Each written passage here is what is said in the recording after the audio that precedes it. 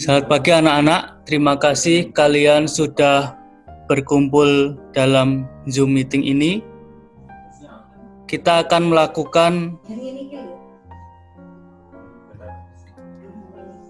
melakukan pertemuan BKSN yang ketiga.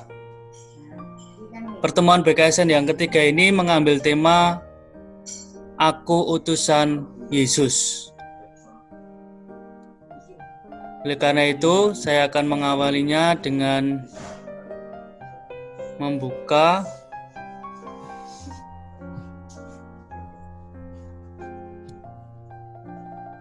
screen ini. Apakah kelihatan, Raymond? Slide-nya? Kelihatan, Bang, kelihatan. Oke, terima kasih. Nah,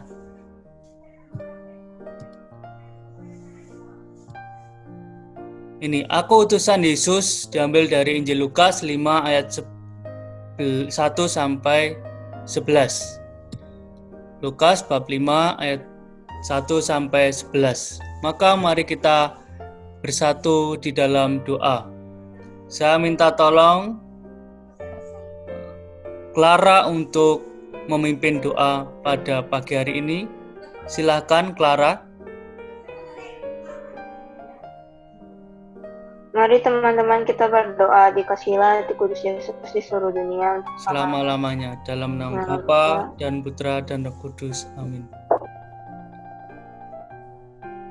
Allah yang Maha Kuasa, kami bersyukur atas rahmat kasih dan kebaikan-Mu yang tak terhingga bagi kami, anak-anak-Mu ini.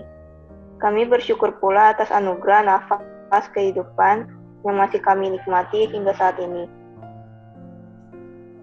Kami berkumpul untuk mendengarkan sabda-Mu dan kami memohon kepadamu. Utuslah Roh Kudus-Mu ke dalam diri kami masing-masing sehingga kami dapat memahami sabda-Mu dan mengenal Engkau dengan baik. Demi Kristus Tuhan dan untuk Kristus. Amin. Dalam nama Bapa dan Putra dan Roh Kudus. Amin. Terima kasih Clara. Anak-anak, kita akan mendengarkan sabda. Saya minta tolong Valen, Fidelia untuk membacakan kitab sucinya. Pelan-pelan saja ya, Nak.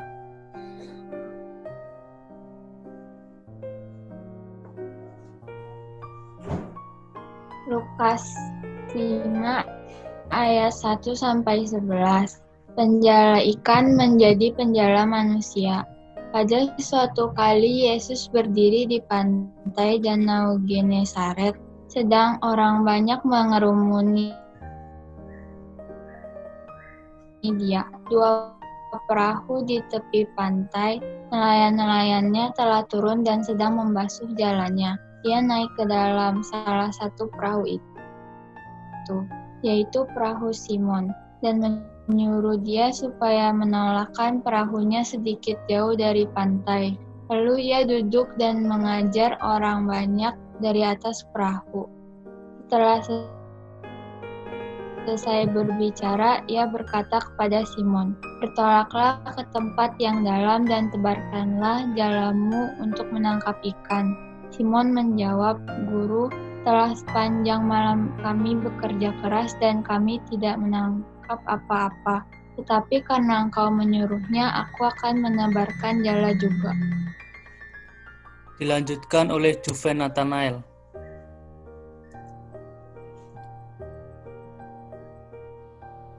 Dan setelah melakukannya, mereka menangkap sejumlah ikan besar, sehingga jalan mereka mulai koyak.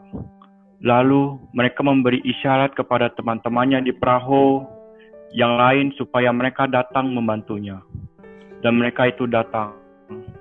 Lalu mereka bersama-sama mengisi kedua perahu itu dengan ikan hingga hampir tenggelam. Ketika Simon Petrus melihat hal itu, ia pun tersungkur di depan Yesus dan berkata, "Tuhan, pergilah daripadaku, karena aku ini seorang berdosa." Sebab ia dan semua orang yang bersama-sama dengan dia takjub oleh karena banyak ikan yang mereka tangkap. Demikian juga Yakobus dan Yohanes, anak-anak Zebedius, yang menjadi teman Simon. Kata Yesus kepada Simon, "Jangan takut, mulai dari sekarang engkau akan akan menjala manusia." Dan sesudah mereka menghela perahu-perahunya ke darat, mereka pun meninggalkan segala sesuatu, lalu mengikuti Yesus. Demikianlah Injil Tuhan. Terpujilah Kristus. Baik anak-anakku, inilah renungan yang bisa kita lihat bersama. Saya minta tolong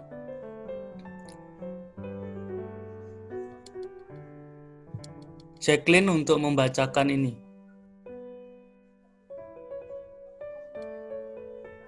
Renungan dari bacaan di atas, kita bisa melihat peristiwa penangkapan ikan yang terjadi di luar nalar manusia kini menjadi sebuah fakta yang tidak bisa dihindari oleh Simon. Simon menyadari perintah Yesus untuk menebarkan jala dan memperoleh hasil tangkapan ikan dalam jumlah besar maupun menunjukkan bahwa kemahakuasaan Allah tampak dalam diri Yesus. Dengan adanya peristiwa ajaib ini, Simon menyadari bahwa dia tidak layak di hadapan Tuhan, sehingga ia berkata, "Tuhan, pergilah daripadaku sebab aku ini seorang berdosa." Ungkapan kesadaran diri Simon tidak sedikit pun membatasi rencana dan kehendak Yesus. Bahkan Yesus memberikan penguatan kepadanya dengan berkata, "Jangan takut, mulai sekarang engkau akan menjadi penjala manusia." Simon dipanggil Yesus untuk beralih pekerjaan dari menjala ikan kepada menjala manusia. Terima kasih, Jacqueline. Nah, pengalaman Simon tersebut mengungkapkan sebuah kerendahan hati atau pengakuan diri sebagai orang yang tidak layak dan berdosa. Dan kisah tersebut ingin menunjukkan tidak harus menjadi suci dulu. Ini menjadi poin penting anak-anak. Tidak harus menjadi suci dulu untuk melayani. Di situ kita bisa melihat Yesus justru memanggil orang yang sederhana, bahkan berdosa untuk diutus. Nah, kita pun orang yang tidak luput dari dosa, mudah jatuh dalam dosa.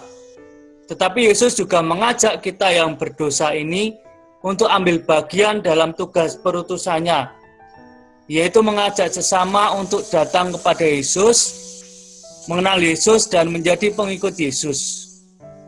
Mari kita melaksanakan tugas perutusan kita itu dengan kebanggaan dan kegembiraan. Nah, melayani ini bisa kita konkretkan dalam kehidupan sehari-hari, menjadi seorang anak dalam keluarga. Nah, pelayanan apa yang bisa kita lakukan sebagai bentuk persembahan kita kepada Kristus?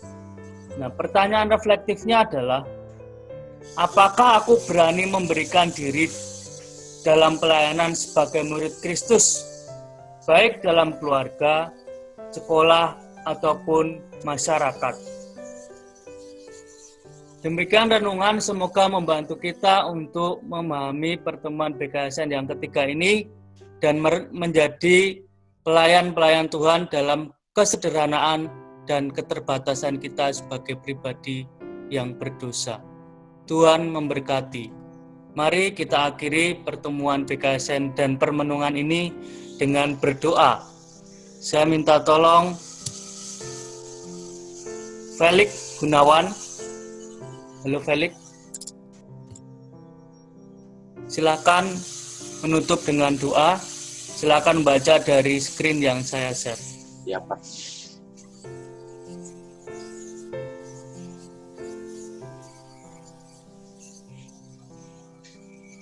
Mari silakan. Teman-teman, marilah kita berdoa. Dalam nama Bapa dan Putra dan Roh Kudus. Amin. Ya Allah Bapa yang Maha Kuasa. Ya Allah Bapa yang Maha Kuasa, kami bersyukur kepadamu karena Engkau telah mengizinkan kami semua untuk mendengarkan sabda-Mu. Bantulah kami agar sabda yang kami renungkan bersama ini dapat menyadarkan kami bahwa Engkau memanggil dan mengutus kami untuk menyebarkan kabar gembira kepada teman-teman kami. Karena itu, Utuslah Roh Kudus-Mu agar menampingi kami sehingga kami menjadi utusan-Mu yang mewartakan kasih dan kebaikan-Mu dalam cara hidup kami. Demi Kristus Tuhan kami kini dan sepanjang segala masa. Amin. Santo Kristoforus, doakanlah kami. Santo dan Santa pelindung kita masing-masing, doakanlah kami. Dalam nama Bapa dan Putra dan Roh Kudus. Amin. Terima kasih anak-anakku.